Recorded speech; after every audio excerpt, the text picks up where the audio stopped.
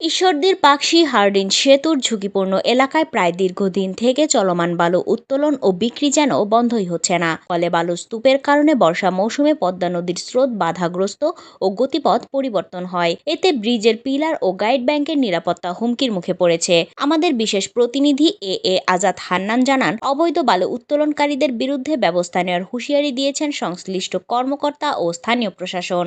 ঈশ্বরদীর Pakshi Hardinge সেতুর ঝুঁকিপূর্ণ এলাকায় প্রায় 10 বছর ধরে বালু উত্তোলন ও বিক্রি করার অভিযোগ উঠেছে স্থানীয় প্রভাবশালীদের বিরুদ্ধে। পদ্মা নদী রক্ষা বাঁধ কেটে তৈরি করা রাস্তা দিয়ে বালু পরিবহনের মাধ্যমে হার্ডিন সেতুর মারাত্মক ক্ষতির আশঙ্কা দেখা দিয়েছে। একই সাথে দেশের রেল যোগাযোগ ব্যবস্থা এবং সরকারকে বিব্রতকর পরিস্থিতি সমূহ আশঙ্কা সৃষ্টি করা হয়েছে। সচেতন মহল বলছেন, বর্ষা মৌসুমে পদ্মা নদীতে পানির চাপ বাড়লে বাঁধ ভেঙে হার্ডিং ব্রিজ, চালনশাহ সেতু, রেলওয়ে বিভাগীয় অফিস, পিজেট, ঐতিহাসিক খানকা শরীফ শিক্ষা প্রতিষ্ঠান সহ পাকশী শহর, এমনকি নির্মাণাধীন রূপপুর পারমাণবিক বিদ্যুৎ কেন্দ্রটিও মারাত্মক ক্ষতির শিকার হতে পারে। ক্ষতি হবে স্যার, সেটা ভেঙে গেলে স্যার ক্ষতি হবে, কারণ এটা তো ভালো চলছিল, ওরাই করছিল গেল মনে হয়।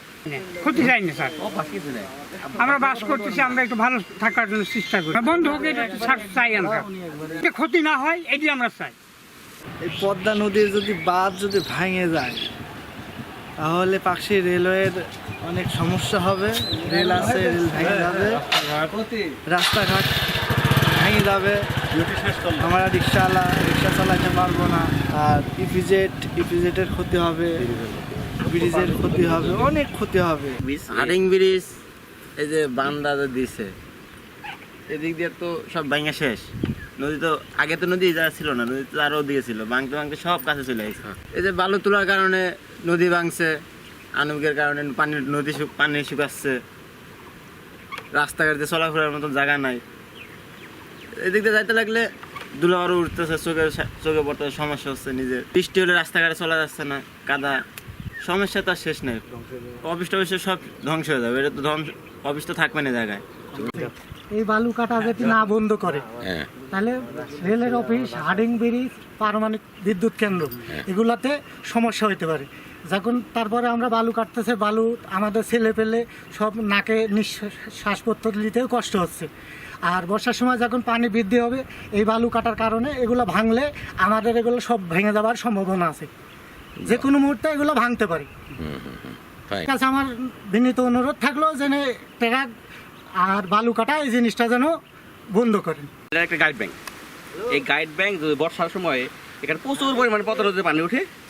এখন এখানে কিছু কুচক্রী মহল আছে, তারা এখানে বালু তুলে হার্ডির ব্রিজকে ধ্বংস করার জন্য পায়তারা করতেছে। তারা রূপপুর পারমাণবিক বিদ্যুৎ কেন্দ্র, হার্ডির ব্রিজ, রেলওয়ে অফিস কর্মী এবং অফিস, মানে টোটাকে ধ্বংস করার জন্য তারা উঠে পড়ে লেগেছে, রাষ্ট্রের ক্ষতি করবে। তারা দেশে কল্যাণ কামনা করে না। এই মন মানসিকতা নিয়ে তারা এগিয়ে যাচ্ছে। প্রধানমন্ত্রীর কাছে আমাদের আহ্বান, এই কুচক্রী মহলকে আইনের আওতায় আনা হোক। অবৈধভাবে বালু উত্তোলন বন্ধ এবং হার্ডিং সেতুকে রক্ষা করতে সব ধরনের পদক্ষেপ নেওয়া হবে বলে জানান সংশ্লিষ্টরা। সবাই জানেন যে আমাদের পাকশী হার্ডিস ব্রিজ শুধু ঈশ্বরদী না, সারা দেশের একটি গৌরব, 100 বছরের ঐতিহ্য, এবং এই ঐতিহ্য টিকে রাখার দায়িত্ব সরকারের পাশাপাশি ঈশ্বরদী সর্বস্তরের জনগণের। তারই ধারাবাহিকতায় এই হার্ডিস ব্রিজ রক্ষাতে দুই তীরে যে কাঁটাতারের বেড়া দেওয়ার যে উদ্যোগ নেওয়া হয়েছে রেল মন্ত্রণালয় কর্তৃক, এটি বাস্তবায়ন করার জন্য আমি সমগ্র ঈশ্বরদীবাসীকে আহ্বান জানাবো। এবং এই হার্ডিস ব্রিজের নিরাপত্তার খাতিরে, বিশেষ করে হার্ডিস ব্রিজের লাগোয়া কোনো ধরনের কোনো অবৈধভাবে বালু উত্তোলন, বালুর ব্যবসা করা যাবে না।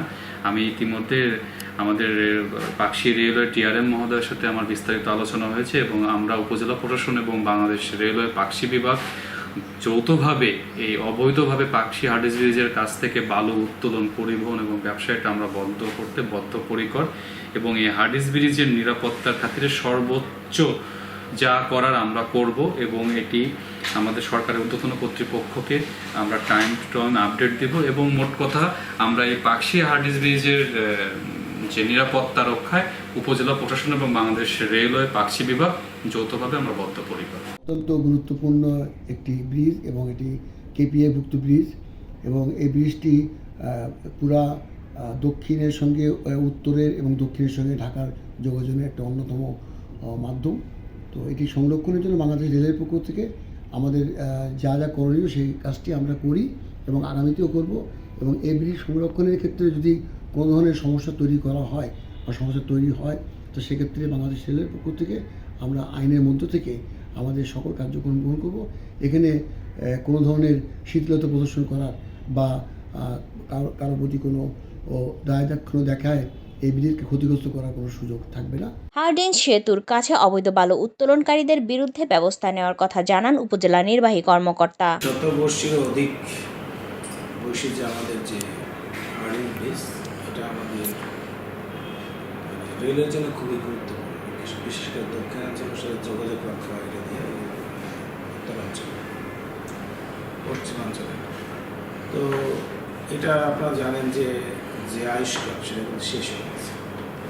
এরপর বুয়েটের শিক্ষকদের পরামর্শ এটা কিছুটা কাজ করা হয়েছে আর 25 বছর চলে।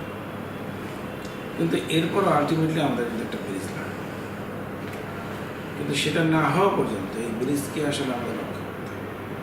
এবং আপনারা জানেন এটা প্রথম শ্রেণীর কেপিআইভুক্ত একটি প্রতিষ্ঠান, তো এটার গুরুত্ব সমধিক এবং দুই দিকেই কিন্তু আপনারা লক্ষ্য করছেন যে পুলিশ পাওয়ারা থাকে 24 ঘন্টা। তো এখানে কিছু বালি ব্যবসায়ী তারা এখানে বালি উত্তোলন করে বালি বিক্রি করে, এটা অনেক দিন থেকে চলে আসছে।